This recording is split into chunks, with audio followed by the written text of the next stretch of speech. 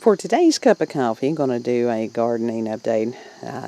Not going to be able to do these much longer. We had temperatures in the 50s this morning, so yeah, the growing season is about ended for a year. And ferns, this guy is going to have to be separated at some point, getting pedestals and stuff in the house ready to take them in. And this is the best season I've ever had as far as the ferns. I usually don't do well with them. And these guys were, they were rescue ferns. $5 because they thought they were about dead when I bought them. But just really, really thrilled with how well they've done. Now, the pumpkin plants, it's one of those I thought, I'm not even going to show people this, but I am. And our wonderful, big, beautiful pumpkins, yeah. Now, this section right here, that was not because of the squash beetles. That was youngest kid. He had backed the car up and came in and it's like, I ran over your pumpkin plant. Wonderful, thank you. We do have a few. Look at that one. He's already turning orange. Isn't that gorgeous? I love them. Pumpkin plants are just magical things to me. We have another one. That's a pretty good sized pumpkin right there. But honestly, the squash beetles, and I honestly just did not have the time and the energy to get out here and fight them properly. They have just devastated. Yeah, and it's tiresome just even looking at it. We do still have some new growth on the pumpkin, but I don't know that it'll have time to produce any more pumpkins before the growing season totally ends. Look at that little curly Q. Isn't that a wonderful thing? So, going through here to let you all see a little more of the devastation. And this is one of those I really would have used a pesticide, except for the kitties. And the kitties, their health was more important than a pumpkin. I can always go to the store and buy a pumpkin, but as far as our kitties, no, they take priority. And see, there's one of those horrible little things. We actually had two types. Let's see if I can get a good view of that one. We had two types of insects. There is that type, which looks like some kind of weird, what am I trying? It looks like some kind of weird ladybug-ish, except that it's, yeah, there's lots of them. And that's the mature bug. They may look like ladybugs, but these are not helpful.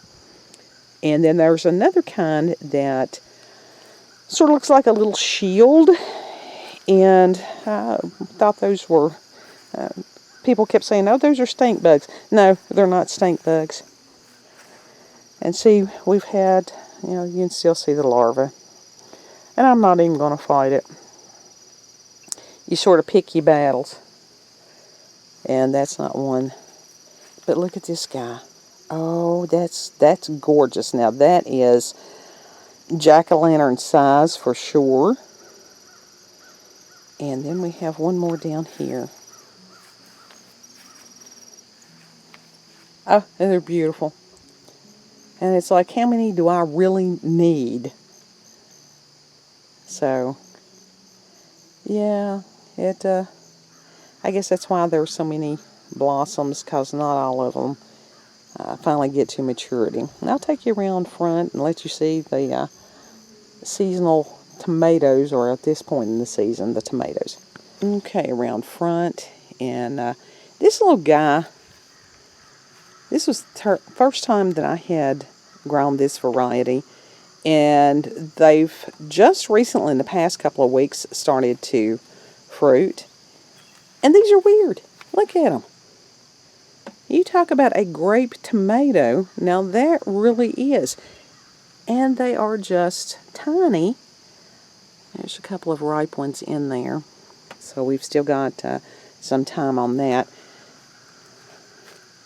Look here, Plant of Mystery. Don't know that those will ever be able to fully mature because they're kind of in a precarious place right there, hanging off the wall. If they get much bigger, they're going to kind of drop off, and that's okay too. Now this variety, I'll have to, I can't reach the tag, or I would tell you what type of tomato this is. Phenomenal taste. Now, if you like a nice, acidic, tomatoey tomato, that is the type.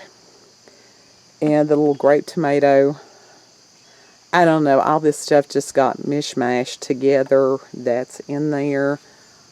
Some more over there. The Plant of Mystery out front.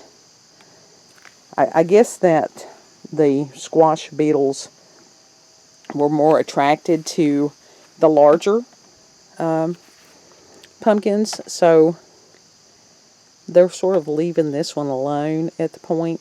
There's another little guy in there. And then this one, we have this one. And last year I had to put them in the sun before they actually finally turned orange.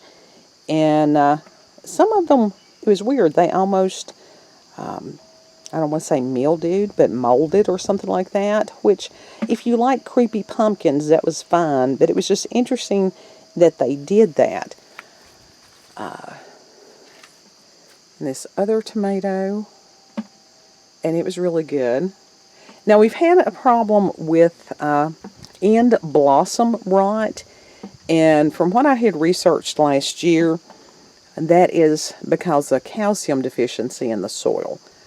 And I did add eggshells before the growing season, but apparently I should have just gotten some of the powdered kind. And I did grind the eggshells up. I really did. Mortar and pestle. And yeah, that's just didn't quite cut it. We've had this weirdness with our peppers. Not sure what has happened there. I don't know if it was too much water, which very well it could have been. But yeah, that's not a happy thing. That one's okay. But it's just very odd. I don't even know what happened to the other pepper plant. It just got covered up by the tomatoes. And this one here, this is one that's called Black Prince. And it was not a very acidic tomato at all. So I like a very tomatoey tomato. But it actually did produce pretty good. Our little strawberry plant there.